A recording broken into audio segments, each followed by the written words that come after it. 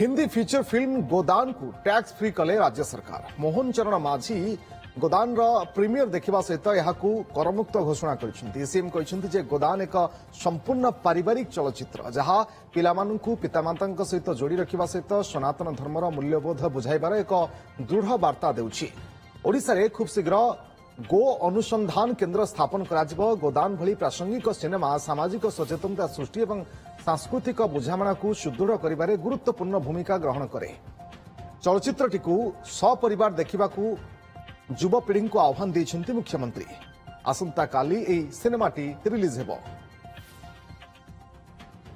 चलचित्रटीर ना होची गोदान।